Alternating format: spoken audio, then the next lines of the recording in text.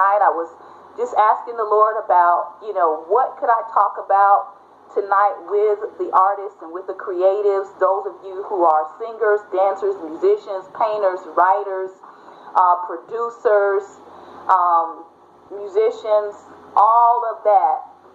We kind of tie it into the term creatives, okay? These are the people that I like to say, if you didn't have creatives, you wouldn't have a lot of the things we have right now in technology. If we didn't have creatives, we wouldn't have the Apple phone. I'm an Android user. I love Android, but, I understand the creative part of Apple and the whole company. So creatives matter, okay? Creatives matter. So I just want to share a couple of tips. I have 8 quick tips here tonight for life as an artist, doing life as an artist. We may another time cover, I am in a relationship with a creative, help me, I'm not a creative. Or I married a creative and I'm not a creative, I need help. Because these are very important topics that we're coming to find out and understand. So, the more engaged you are, again, the more opportunity you will have in order to get a giveaway on tonight. All right, so tips for life as an artist. The first tip is create a space for your ability to create. Create a space for your ability to create. In other words, create a space that you can play in. Create a space that you can dance in. Create a space that you can sing in. Create a space that you can paint in. And I was thinking about this today because I said, well, Lord, I often run into people who may be in a situation where they don't have any private space. So how do I do that? How do I create a space for myself if, for example, I'm a single person and I have a roommate, or I don't have or I'm in a space where I'm renting? Lots of people now are either moving back home or they are consolidating their living space and they're living with other people. So how do you create space for yourself that's not necessarily in your home, right? Well, there's 2 other different things that you can do. Number 1, you can search your area for what's called a cooperative artist community or cooperative artist space. And what that does is, I know, here in the DMV, there are a couple of them where it's an actual community that you can sign up for, you can go to. You pay, I believe, like a monthly fee.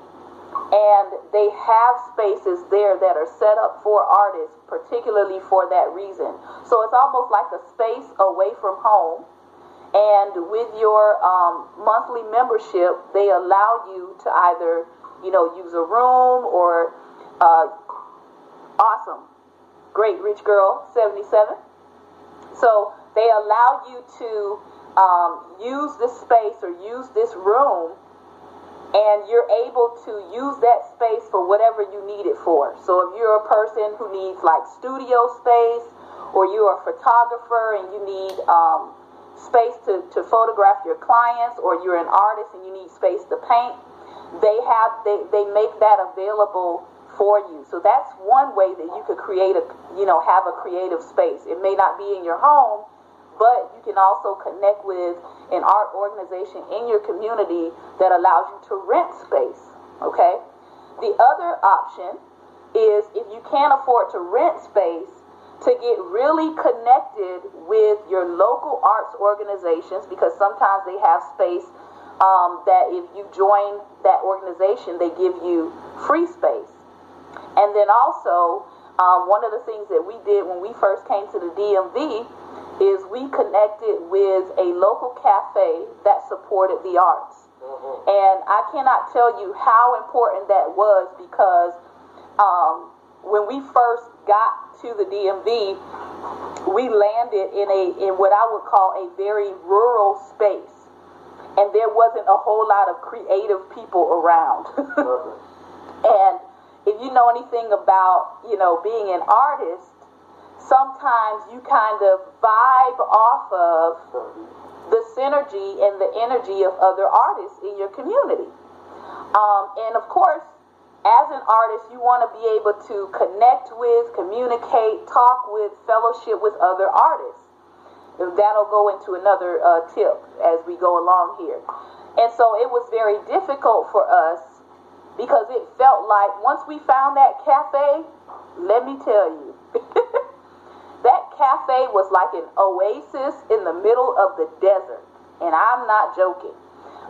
Literally, every artist that we knew in the region, you can come around.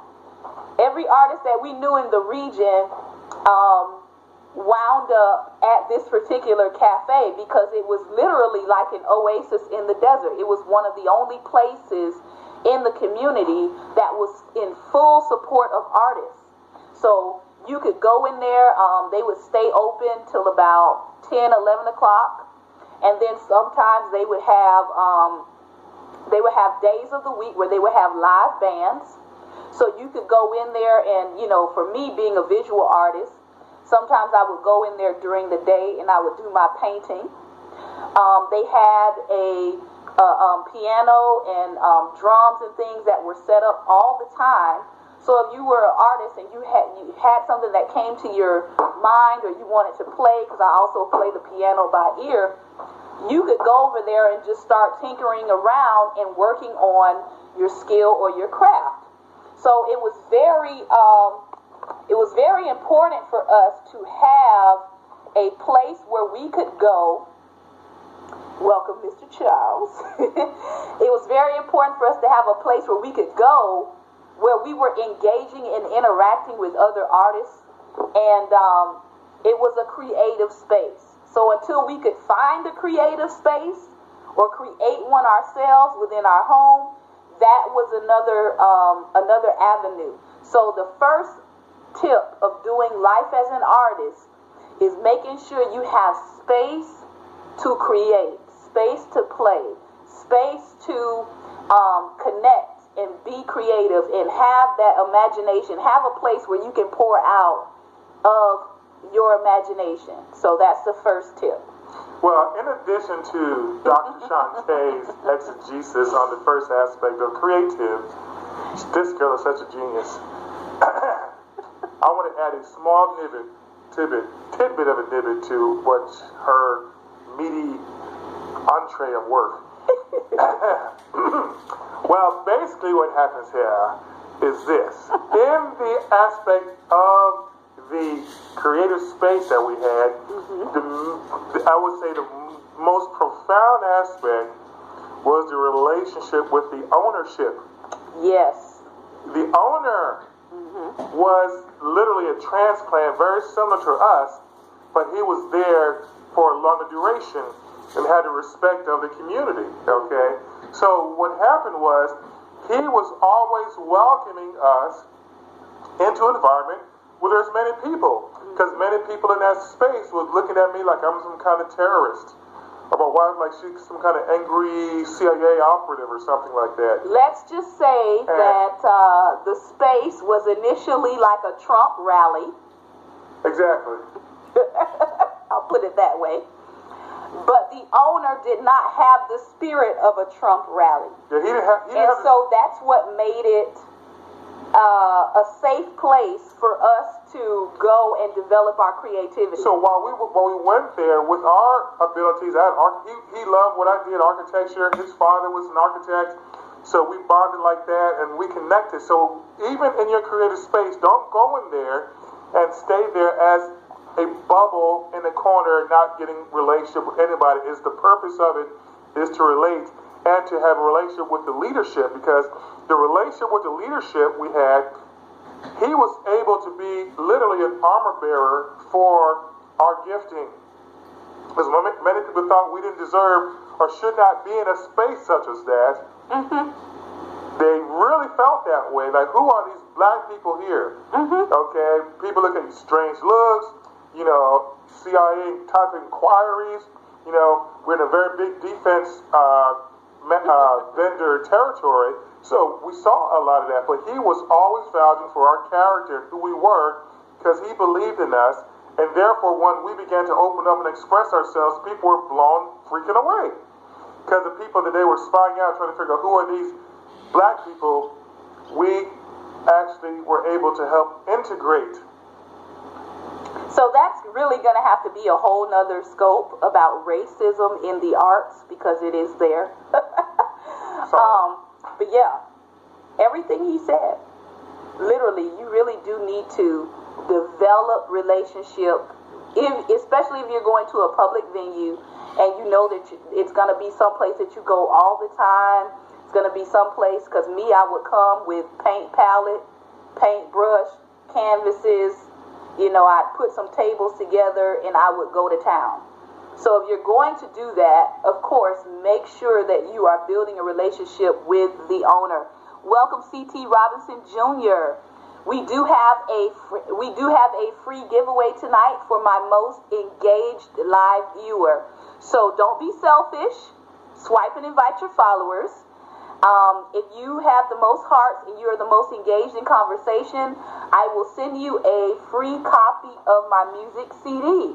Woo! Hearts for hearts. Now, in order for that to work, you're going to have some contact information in your own profile. So if you don't have contact information in there, make sure you go to your edit and put your contact information in there, an email or something. All right? So we're talking about tips for life as an artist. Our first tip was create a space for your art. Create a space in order to be creative, right? If you don't have enough space in your home to do it, you can actually look in your area for a co-op, an artist co-op community, and some of those places rent out space. If you get with your local arts coalition, some of them have a whole contact list of places that offer artists space to work for free, or to be creative for free. Or, as we just said, you can connect with the local arts cafes in your community, places that allow live bands, places that allow being able to paint right there on the spot. And we're talking about this because, especially as believers, arts are one way that we can connect across faith in order to engage other people in Christ, in order to engage other people in the faith that you have. So if you are a gifted artisan or artist, this is a great way to connect with people cross-culture and cross-faith. Number 2, life tip for artists. Don't do anything illegal, exploitative, or morally irresponsible with your art. You'll never hear the end of it. Don't do anything illegal, exploitative, or morally irresponsible with your art. Listen. I'm going to say that again. Don't do anything illegal, exploitative, or morally irresponsible with your art. Art lives on past your life. Generation. If you look at some of the great painters, if you look at some of the great artists and musicians, you can go back and kind of see what they were thinking, how they were feeling, based on the kinds of art that they created. Thank you very much. I see Rich Girl 77 is highly engaged tonight, guys. Go, Rich Girl, go, Rich Girl, go, Rich Girl, go. So number 2, don't do anything illegal, exploitative, or morally irresponsible with your art. Okay? Someone tagged me in a video today, and it was a video of Beyonce and Nicki Minaj, and they were having kind of this girl dance-off competition. I'm guessing someone shared it in celebration of International Women's Day, excuse me. And so I thought to myself, I said, wow, these are 2 women who are really beautiful. We know that they're talented, right? We know that they're skilled. But what are they using their skill for? Lord. I'm like, Lord, why? Just why? There's so much more they could be doing with their skill and ability besides bumping booties with each other on a skill over skin. All right. I see you meant that. So, you know, there's so much they could be doing besides just using their bodies. You know, I kind of feel like, yes, skill over skin. That's a good hashtag. There's so much that they could be doing beyond showing off their bodies, beyond popping their vaginas. Like, of all the things in the world that you could be doing with your skill, that should annoy us as black women. I don't care about anybody else, you know, in terms of that. But that should really annoy us, because obviously they have some business acumen, because, you know, they have other products and things that they're selling and they're branding and all this. But again, you don't want to look back at your life, you don't want to look back at your contributions as an artist and think, man, I wish I could have done something different with my skill, with my ability, with my talents. So my life tip to you tonight is, don't do things that are illegal, exploitative, or morally irresponsible with your art. Don't allow people to exploit you. Even if they're offering you billions and millions of dollars to exploit you, the point of the fact is they're still exploiting you. And at the end of the day, it's your soul that's going to have to give an account to God based on what you allow people to do with your soul. Okay? Yes. Think about the stumbling block to the world that these women have created themselves to be. You know, I really understand that.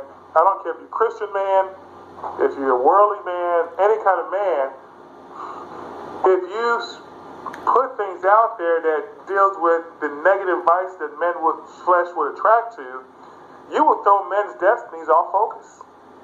I mean, you can crash. I mean, think about the future astronauts, you know, the future engineers, the future attorneys, and if you're constantly showing off yourself in that kind of way, they're going to get off on that stuff, you know, because men are men, and then you will distract them from really getting as far as they can go, because they're focusing on your skin, not the skill to propel them forward. Because skin can hold you back, not bring you forward. I'll just tell that. And stay in the frame, honey.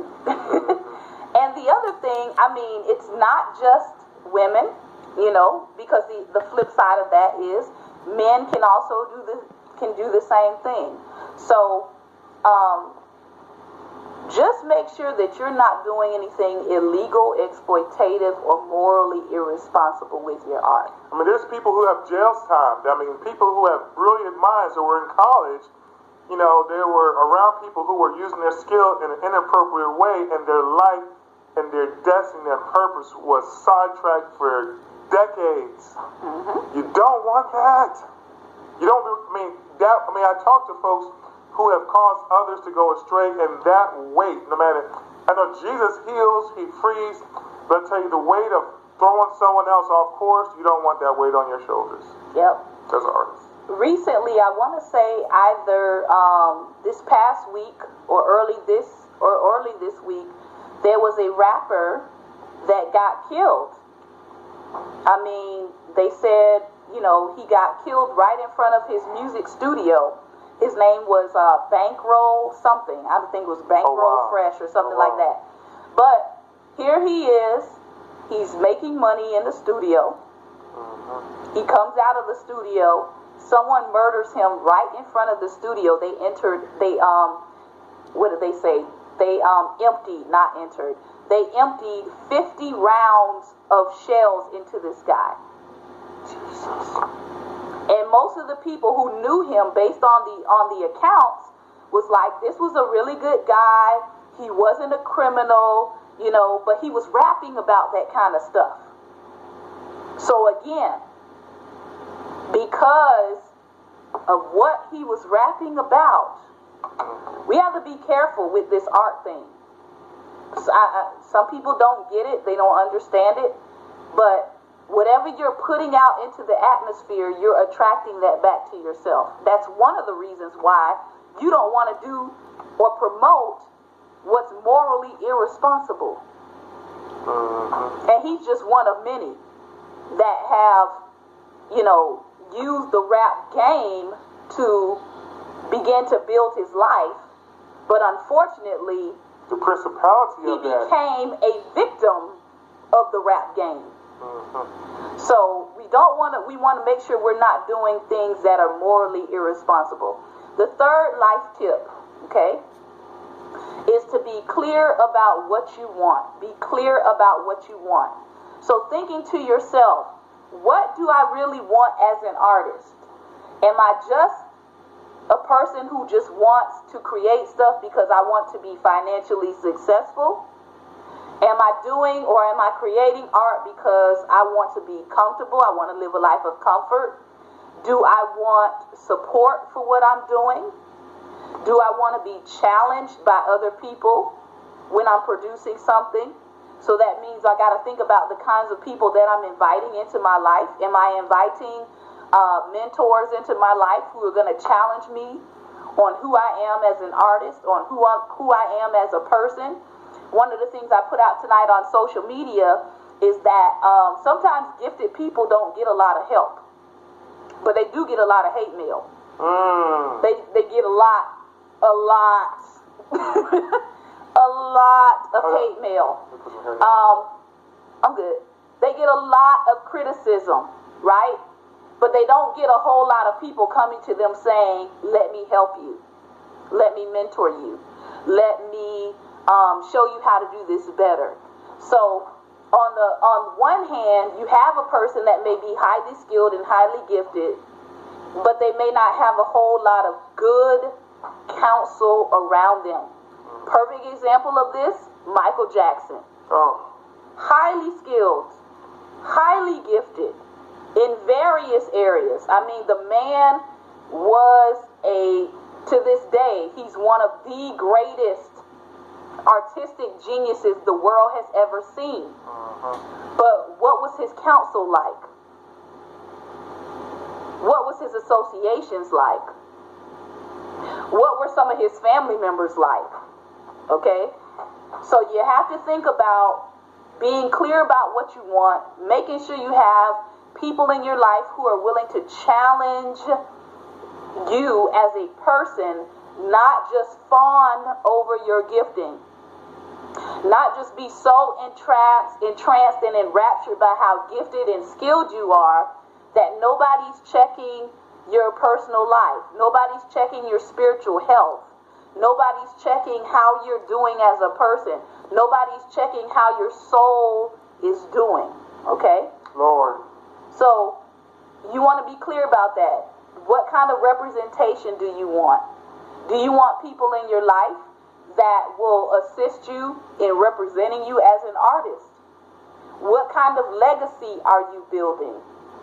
Are you even trying to build a legacy?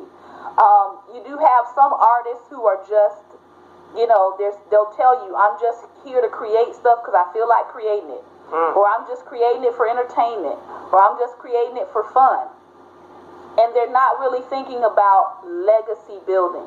So the third tip is be clear about what you want. Pastor. Be very clear about what you want, and make sure what you want is very clear. Okay. So you can be clear about what you want, but if what you want isn't clear to those that you're trying to express it to, it's not going to move. Okay. You have to. I understand we want to go into our zone and our corners and create any kind of thing, but there has to be a degree of marketability to what you're doing.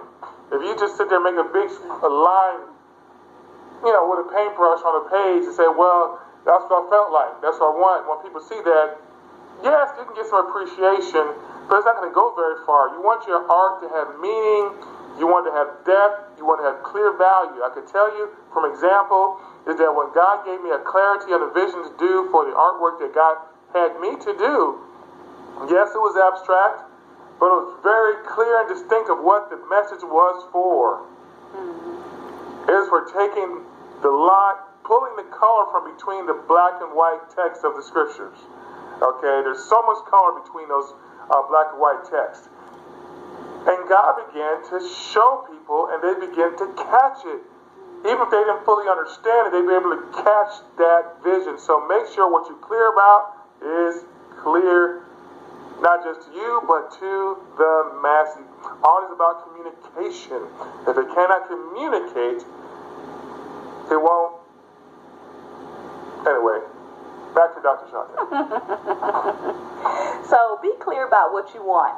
I've been reading a lot about the music world lately, because that's one of the areas that God is opening up to me. And so I've noticed there's been two things I've noticed in the music world